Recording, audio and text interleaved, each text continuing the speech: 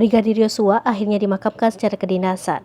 Ayah ungkap debat dengan polisi hampir 1 jam. Samuel Huta Barat, ayah Brigadir Nofriansyah Yosua Huta Barat, mengaku perdebatan soal pemakaman anaknya dengan upacara kedinasan sempat alot. Samuel menerangkan, sempat ada perdebatan antara pihak keluarga dengan pihak kepolisian soal proses upacara kedinasan tersebut.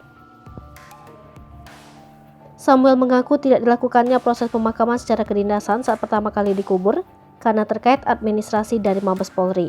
Namun pihak keluarga tidak sempat bertanya soal masalah administrasi karena masih berduka, sehingga proses pemakaman tidak menggunakan upacara kedinasan. Sebelumnya, Kamarudin Simanjuntak, kuasa hukum keluarga Brigadir Yosua, mengungkapkan cara hingga akhirnya Brigadir Yosua dimakamkan secara kedinasan Polri. Kamarudin mengaku awalnya dia membuat unggahan di media sosial perihal pemakaman Brigadir Yosua yang tidak menggunakan upacara kedinasan.